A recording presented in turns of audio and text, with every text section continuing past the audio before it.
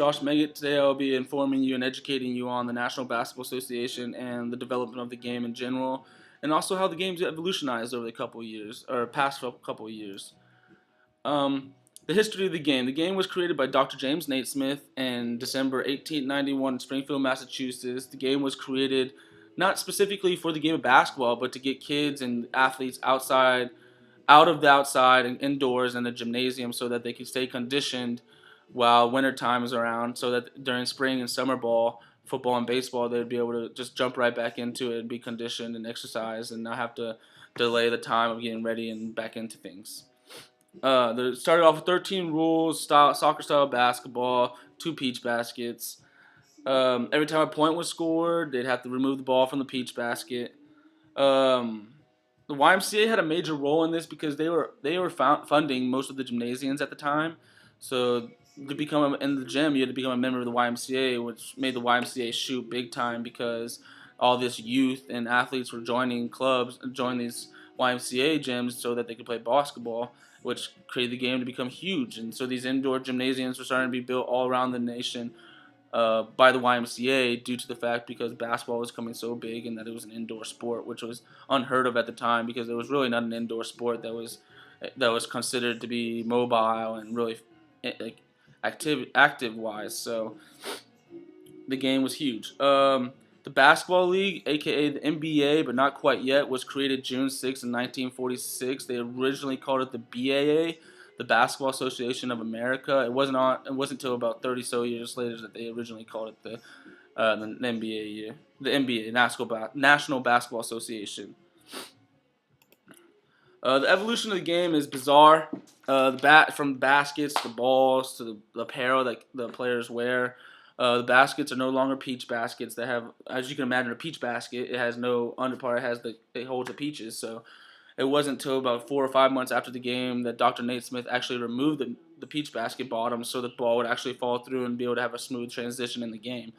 Beforehand, they would have to have a janitor on deck ready to bring a 10-foot ladder out and remove the ball from the top, which, as you can see, would be very frustrating for players. This would slow the game down hugely, and players wanted to move. They wanted to have transition to the game. That was the best thing about basketball, how fast the speed was. So them removing the bottom of the peach baskets really made a huge deal. Also, the rules of basketball have changed. It started off with 13, as I said earlier, but those 13 have turned into 60-plus rules now. Now we have double dribbling due to the fact that we have an actual basketball, not a soccer leather ball that had random lines all around it that you couldn't get a real good groove with your hand. Now we have a national basketball. Basketball is different through all leagues. It depends where you're playing. I know the National Basketball Association has one exact ball, a leather Spalding ball. This allows you to bounce. This allows you to move it around, pass the ball, hold the ball, grip the ball. It makes it so much better and fluid for the game. Um, Substitutions have now been involved because back then, as I said, that the game wasn't that fast paced back then, so substitutions weren't needed. There was only 10 people in the whole game, 5 aside. But now there's substitutions. Each team is consistently of 12 players, with reserve players being out, not being able to play. You have a starting five. Usually your best players are in the starting five. There wasn't always a three-point line in the NBA. Now there's a three-point line. And the three-point lines differ just like the size of the basketball in all different leagues. In the NBA, it's about 28.5 feet back. And the collegiate levels and women's leagues are all different. They all are smaller than the NBA league, along with Euro leagues and leagues over in the different countries. Shoes have been transitioned to things that are amazing. You can move to agility, not just Converse now that go above the ankles. They have shoes at your ankle level, below the ankle level, above the ankle level, all sorts of things. And jerseys in general, they've just been climacal. Now they're not running around soaked and dragged down with the jerseys. They're actually fluid and be able to move their body as much as possible. The gist of the game, there's 4 12-minute quarters, 10 players on the court at all times, 5 aside on each team. 2 hoops. We now have iron basketball rims and nylon nets, so you don't have to remove the ball from the peach basket every time. And it's played with one basketball. There's 82 games in one season. Not as much as baseball, but more than football, so it's right there in the median. And the rules have changed. Now there's out of bounds. We have the rectangle as a sport field, so Each line is out of bounds on each side. As before, there would be like a hockey net around it, which there would be no outs, and transition would just keep playing, which was made the game fast to start off with. Professional leagues, there's leagues all around the world. This creates an opportunity for players to develop themselves if they weren't accepted in the NBA.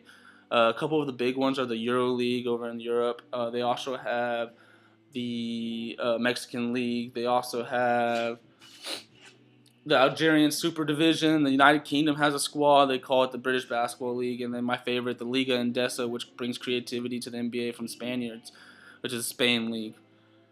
And then every country usually has their own league as well. China, all of them have a league that can transition to the NBA and for players to develop themselves while they're there. I wanted to give a slide out to the San Antonio Spurs because I wouldn't understand basketball nearly as much as I would if I didn't grow up watching them. Franchise for 49 years. They have the longest tenured coach in Greg Popovich, which is really rare these days. They have the winningest trio of all time in Manu Ginobili, Tim Duncan, and Tony Parker.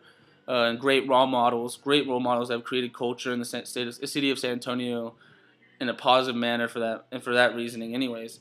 5 NBA championships, baby. 20 division titles, and for the last 25 seasons, 24 of those seasons they've made it to the playoffs, which is an unreal number just to be top. I have to say my starting 5 for the Spurs: Tony Parker, Ginobili, Kawhi, Tim Duncan, and Big 5-0 at the center of all-time great. The culture of the game is huge. This has developed the game also into more of a global standpoint other than just each city or in the United States of America. Each city is diverse and holds its own uniqueness.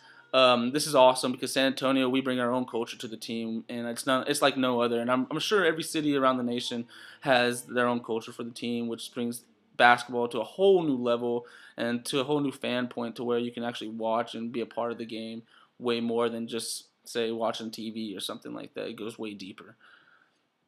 The programs that the NBA give out are NBA Cares, NBA Youth. They go around to different countries all over the world, donating, giving their care, showing support to everyone, trying to get the game as a whole, for everyone as one to get increased and develop.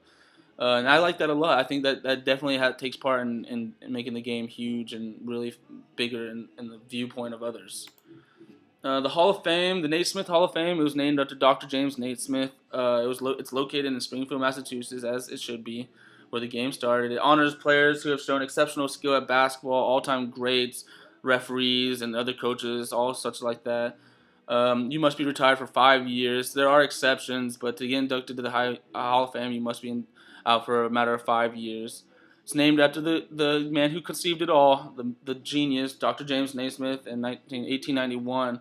And since 1959, the Naismith Memorial Basketball Hall of Fame has inducted 361 coaches, referees, and players into it, all having exceptional standards and exceptional records to get them there in the first place. I want to give a shout out to my credits, NBA.com, who has provided several statistics for me. Also, I want to show some love to the NBAPro.com. Evolution of the game really taught me a lot more things that I wasn't really sure about. I had no idea the game only started off with 13 rules, and now it has over 60.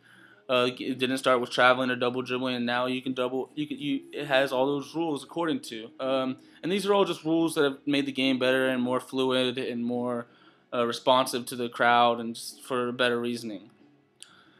I hope you've been informed and educated a little more on how the development of basketball in the United States have been created and how development across the world happens through the National Basketball Association and how they work on each country individually and to get the game to progress and become an actual thing. It's no longer just an American sport. It's global. It's huge, and I can't wait to see what more it brings to the table because what it's doing for me right now and is really good stuff, and it gets you exercise, and just to be indoors playing sports during the wintertime is like Nate Smith originally created it for.